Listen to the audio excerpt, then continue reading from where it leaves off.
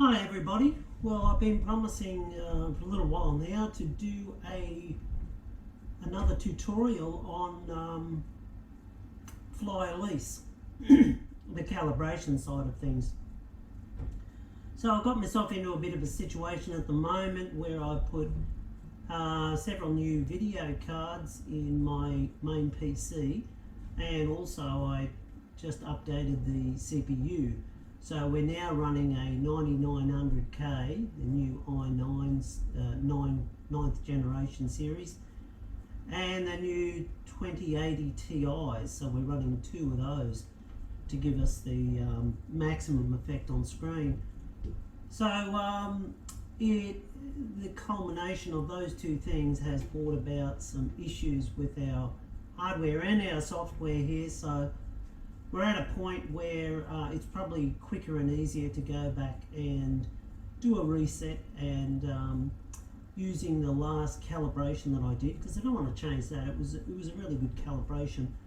But the idea of this video will be to go back and rediscover and put some things out there that I've found since the last couple of videos.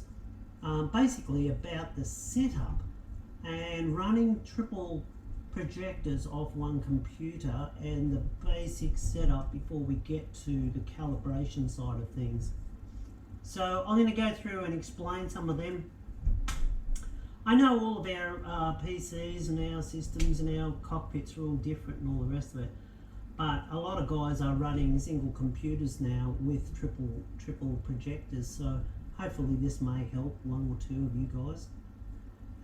So yeah, I'll go through now and we'll just show you some basic setup. Okay, let me start off by saying that I am not a professional in this business. I am a standard guy just like you fellas who are learning as we go along to use this stuff. I have in previous lives have been a computer professional, so I do know quite a bit of what I'm doing. However, there may be smarter guys out there who know exactly what's happening and how to get around this. People from Fly-Elise who are the masters at this stuff. They built the software. So by all means, take this as a advice, if you like, but please don't use it as the bottom ground. I don't want to see people saying, oh, I saw this tutorial and he said to do this. I'm not telling anybody to do anything. All I'm showing you is what has worked for me. And I've had the sim running now for 2 or 3 years with the wraparound screen quite successfully. You can have a look through my past videos. That's not to say I haven't had issues. I've had issues not so much with the merging or the blending, but it has been a lot to do with projectors. And you can even see now with my 3 projectors displaying the same, supposedly the same background color, they're different. So this is an ongoing issue. I'm in the new year looking at buying 3 new projectors. Not that there's anything wrong with the projectors. It's basically to do with the calibration. But I'm going to buy the Derbies and see if the Derbies have a better calibration side of things. So, but these projectors have done very little work. Probably lucky to have a couple of 100 hours on them at the moment, and they're still producing beautifully. They render colors awesome. They're Optima GT1080, so I guess a lot of you guys would be using those projectors. So by no means is there anything faulty in the projectors. It's just the calibration side of things that I believe with the lower end projectors does not have. So having said all that, I want to touch 3 separate issues here. And the first one is our video cards. Now our video cards, especially the video cards today, have different outlets on the back of them. So when you're running projectors, of course you want to run the highest level of cable that you can from the projector to your PC. And that way you eliminate as much quality loss as you can. So as I think I've mentioned this in our last tutorials, make sure you get really good cables. Ours are gold, which they really do have gold fittings on the end. So they're quite high quality and minimum loss of data over the length. Of course, the shorter the length of cable, obviously the less loss of video signal. So that's important. Yeah, but coming back to the video card themselves, with this newest batch of video cards, I see a new idea coming out where there was only one HDMI outlet and 5 or 6 of these display ports. Now, DisplayPort, I was led to believe DisplayPort was an equivalent to HDMI, but I've since been told that HDMI is not capable of the high 4K rendering that DisplayPort is. So, and of course we're all heading towards 4K. Of course this video is in 4K. So the DisplayPort obviously has a higher throughput. I'm only running 1920 by 1080 or standard high def on the projectors, so we don't really have to worry about that. However, we are stuck with it on our video cards. So thankfully with this unit, I have 2 separate video cards, which gives me 2 HDMIs, and then unfortunately I do have to utilise one of the outlets that is DisplayPort. So I bought myself a DisplayPort to HDMI converter, and it was just simply a plug-in unit that goes into the HDMI, and at the other side there's a female for your standard cable to go in for HDMI. Now there is no loss in there because obviously the DisplayPort is the higher of the bit rate outlets, so going down to HDMI is fine, but if you were trying to go up to DisplayPort from HDMI, I understand that you would lose some quality of video, or you might not be able to run 4K. Not 100% certain of that, and that's not what we're covering anyway. So anyway, get back to that. Now, when I put these 2 cards in, obviously I had 2 HDMIs, so I was able to utilise both of those. Then I bought the DisplayPort and put the 3rd one on. All very good until we get back to a situation where I've already created the calibration before, when we were running 2 different video cards. I had GTX 1080s in there before, running off 3 HDMIs in there, which was fine, but they were the actual plug that goes into the back of the video card were in different slots. Now when that happens, depending on where you put your cable into the video card determines which one of these projectors it comes onto. And also, especially with NVIDIA, I don't know if it's the same with AMD, which one becomes the master. So there's a great big issue involved there that's not really looked at from the Fly-Elise point of view. And Fly-Elise, rightly so, only cover their software, and they're kind enough at the end of the Calibration Pro process to give you a rundown of how to inject the ViewGroups into P3D and also into Immersive Display Pro. But they don't go into any detail, which I am actually doing at the moment, about that prior thing of setting up your videos. So why I'm making a big point of this is I found that originally my screens were set up as 3, 2, 1.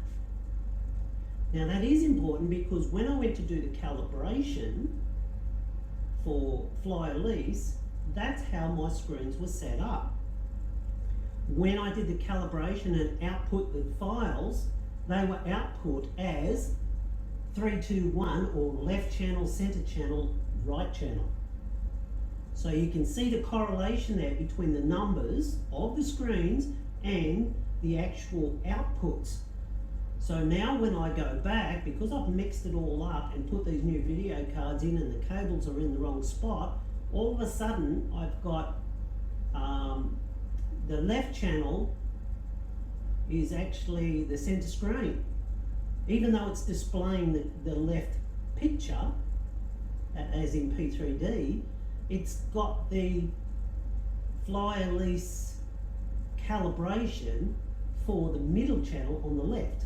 So it mixes everything up. So that's why I'm sort of spending a bit of time here, because I think that this is very, very important. When you set up your video cards, it's pretty important to make it 1, 2, 3, or whatever you want to do. But I just think it's easier to make it as that's the first screen, this is the second screen, this is the third. And then when you're going to do your calibration, you set them up exactly that same way, 1, 2, and 3. When you output your files, you can then name them, either the actual, I have 3 projectors who have each got their own name, so I output them to the names. Now I should have probably looked at it and output it to the number.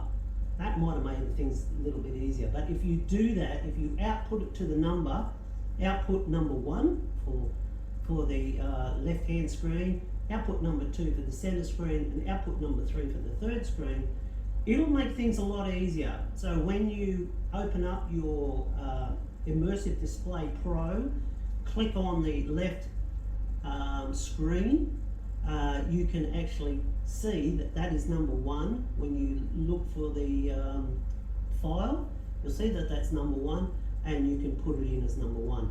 Now I'll actually start up Calibration Pro here, and I'll show you sorry, not Calibration Pro, I'm going to start up Immersive Display Pro, and I'll show you exactly what I'm talking about. Okay, so I've just started up Immersive Display Pro. Now you can see it running in the background here.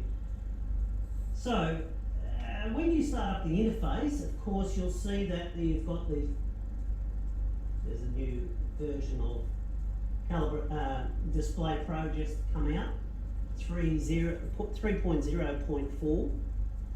So yeah, coming back to here, you'll see that I've got this as Display 2, this one as my primary, and this is just called Displays W. So I've no idea how it determined those names. It's also seeing the the cards that it's coming from in NVIDIA GeForce RTX 2080 Ti's.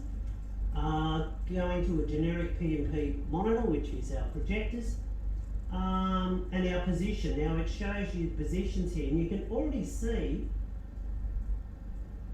there is something very wrong here anyway with the positioning.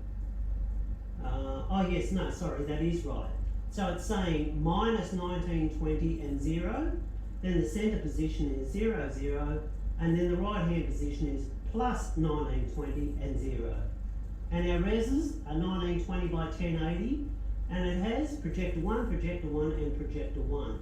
And then we have our Calib file. Now I'll show you how you get that, because generically when you load Immersive Display, it's not going to have your settings there. So after you've done your calibration, you would be saving them to a file somewhere. I save mine on I save it on a hard drive first to make sure I don't lose it. Then I port it onto my desktop here in a folder called Extras, and all of my extras are drivers and stuff like that I use for the sim. So when I start up this program for the first time, you do a right button click and go up here to external calibration, because you're looking for the Calib file. Now, Calib file. The Calib file is only if you've used the Fly-Elise Calibration Pro software. Obviously, if you're just using Immersive Display to do all your calibration, then you'll have it all built in there, so you won't be looking for this. But we're specifically talking about a calibration here, and the output files that are generated by Calibration Pro and where they go and how to install them. So that's what we're on about here. So now we'll go up here to external calibration. So we're looking for that Pro Calib file. Now I'm just going to direct this to my Pro Calib file. There's my extras folder. and go down to Fly-Elise. And if I go to the 19th of November, which was my last one. Now, there is a bit of confusion about the singles and the multi-pro calibs. And I do believe that the singles are only for doing desktop wraparound and merging, and the multis are for programs like P3D. So I'm not saying this specifically, and I have used these singles and they look to work, but for my purposes I use the multi-calibs. So we're looking here for the left channel, which my left channel is actually called Louis. So I look for a multi-Louis Pro Calib file, and there it is. So all I do is double click on it. You'll end up with this warning which says if you're using Windows 8 or higher, if you want to do desktop warping, which I don't, right, then you should put your files into a particular place. So if you're doing this just for warping of your desktop, do that. If you're doing it for the wraparound screen in P3D, you can ignore this and just go OK. And then it'll come up with another question that says, for desktop warping, again, not applicable to us, it's recommended to use the single calib file. So they're enforcing what I've just said, which was that you use the single for the desktop and multi for your games like P3D. So, and they're asking me, would I like to use the single? Well, no, I don't. I want to use the multi. And now it's loaded that multi into that section. And of course, that's only for the left there. So then you have to go to the center and do the same for the center. Again, I will go in and select the Big Huey, because Big Huey is my center projector. So I've now selected that. Again, we just go OK to that question there, and no to this because we don't want to use the single. And it will now load that calibration file. Go to the third one because that's our third projector. Select external calibration again, and now I'm going to select Dewey. And OK, and no to the single. And now our files have been loaded into Immersive Display Pro. Once you do that, also go down here and hit, I don't know if you see this, just drag it up a bit. Go down and hit the save button. Once you hit that save, that config that you've just set up there is saved into memory. So that the next time you start Immersive Display Pro, it'll remember those files and where to get them and all the rest of it. You don't have to go through this process over and over again, so it's once only. Now, if for some crazy reason you don't like your calibration, you don't actually have to go to back to Calibration Pro. You can, if you want to, hit the configure button on here, and you'll get your configuration come up and a config box for each of your projectors. If, say, for instance, you didn't like the color balance on this, say, the center one here, which mine is out, by the way, go to the selector there for color balance, and you can change all sorts of things. So you can darken the screen, you can adjust color, different colors and all the rest of it. And once you're happy, then you can close out of those, escape,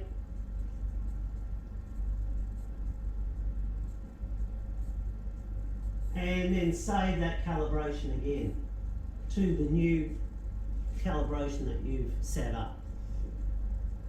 So that's the setup there. Now I'm going to wrap this up at this one, at here where we are here now. Oh no, I won't. No, first of all I'll go in and show the ViewGroups file again, just so that you've got the finished product here, because some people may need just this little section of it. The second video I'm going to do here will entail going back and looking at your calibration again. And it's not necessary that you do this only the once. You can keep going back and calibrating as many times as you like. I think the thing that confuses people is the way that the files are saved out and where they're saved and how you use them and all the rest of it. So hopefully that little little tutorial there, go away. That little tutorial there may give you some information that you might have been. Okay, so now we're going to take a look at this, the ViewGroups file, which seems to be causing a little bit of concern for some people as well. So as I said to you before, my extras folder here contains the Fly-Elise software. I'll just bring this over here so that you can see it. So I go to my last lot of results and I look at the files that I have output from Calibration Pro, and in amongst them you'll see that I have a ViewGroups file right down the bottom there. Now that ViewGroups file is the one that is needed for P3D. It appears to be a very difficult process to set up the ViewGroups in P3D, and I think if you try and do it within P3D, the process is quite involved. Thankfully, Fly-Elise have done a fantastic job in wrapping up all that information into that little tiny file there and made the process as simple as possible at the moment. There probably will come along a system where once you do your Calibration Pro and you output those files, we may see where it will output the ViewGroups file straight into P3D. Fingers crossed that may happen, but it's not a big deal to do it anyway. But finding that file is quite important. So what we do now, we will have that ViewGroups file. I'll just drop that out of the way because we now need to work out where to put this thing. So we come into our C drive and have a look at our C drive. You will need to go to your view options and turn on in the view again, show the hidden files, folders and drives. Because if you don't do that, you're never going to find out where to put this file, okay? Because it isn't a hidden file. And the whole reason for that is that Microsoft don't want you messing around with this file because you can do damage to your computer, Microsoft. So once you've selected that, show the hidden files, folders and drives, we go OK. Suddenly you will see a folder there called Program Data. So that Program Data file, if we double click on that and open it up, go down to the Lockheed Martin section and of course into P3D.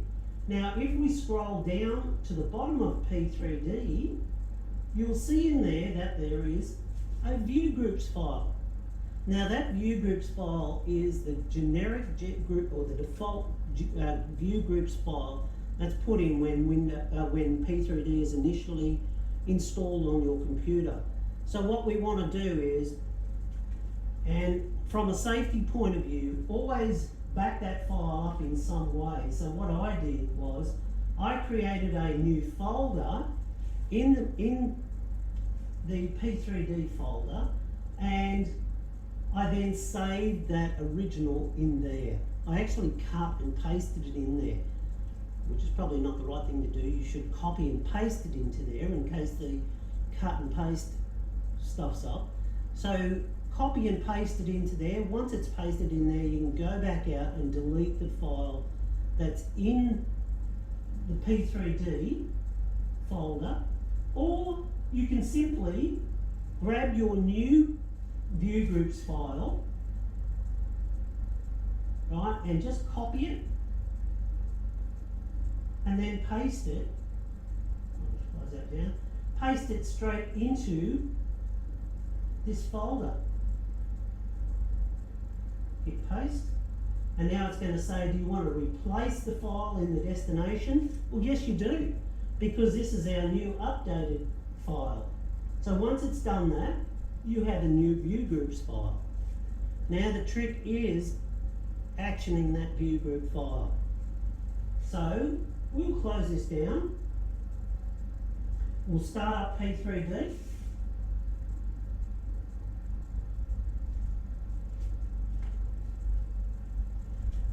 Okay, so we have P3D running in the background here. Now, we have one thing to be noted.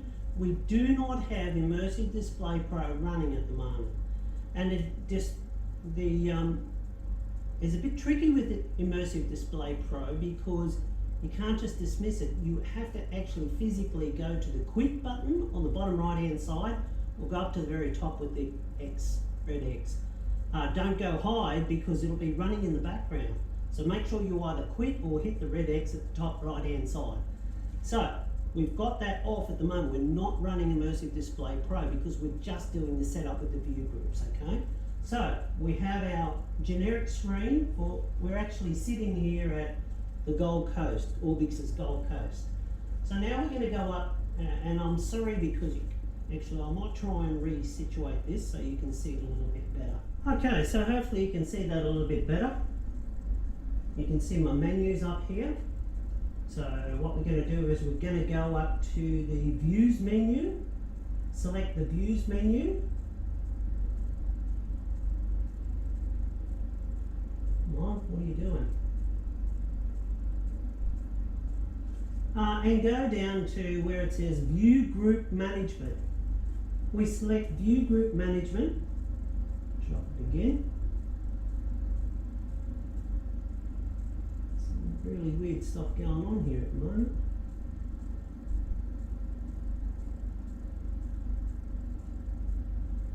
I think it's to do with my mouse.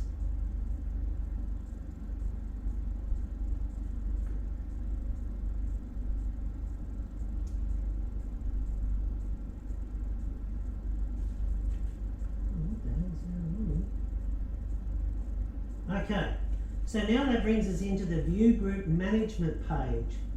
So as you can see, we already have, under View Groups, a file called Immersive Calibration Pro. And that is our input file that we've put into P3D.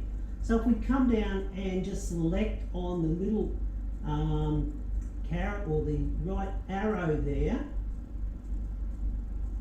something's going on with this keyboard, I might just swap it over.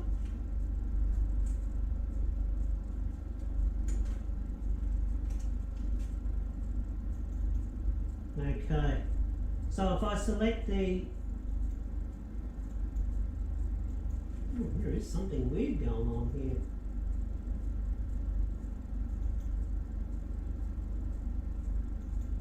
Okay, if I select that config there, it'll come down and it'll show me projector 1, projector 2 and projector 3.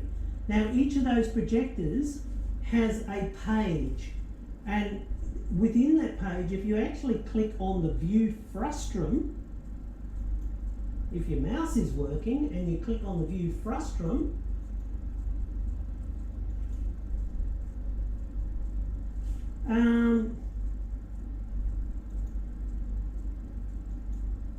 it's just not going to work at the moment, I don't know why.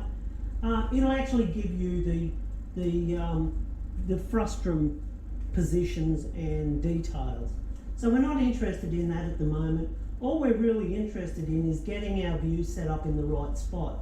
So obviously, and this is where it's very important what we were talking about before with our projectors numbered correctly. So if we're doing projector 1, projector 2, projector 3, as Fly-Elise has done, it's correctly numbered them in sequence. So projector 1 is the one on the left hand side, and that's what it's going to display. So all we do is make sure here that our display ID, which is most important, because we can change these around if you need to, rather than going back and changing all your calibration, you can change that display ID, but we don't want to. We want to keep that with it if we can.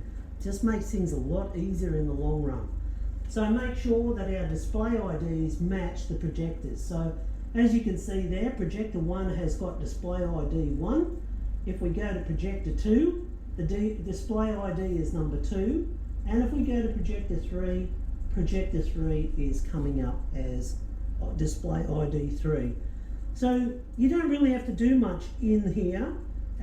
Just check those things, and if everything is correct, go down to the bottom, go OK.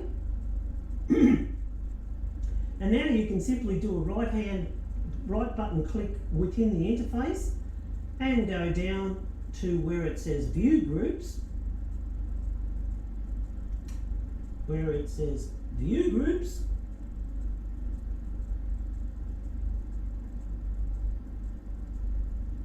and it's got none selected at the moment, but underneath it there is a available selection called Immersive Display at the Calibration Pro. So we will select that and make it active, and now all of a sudden we have all three screens operational, and P3D will crash, which happens quite often. So and I guess it's because there's such a huge graphical input coming in there. So I'll just start this up again. I'll just hold the video, start it up again, and show you what it looks like once you've got all your P3D set up and your ProSim working properly.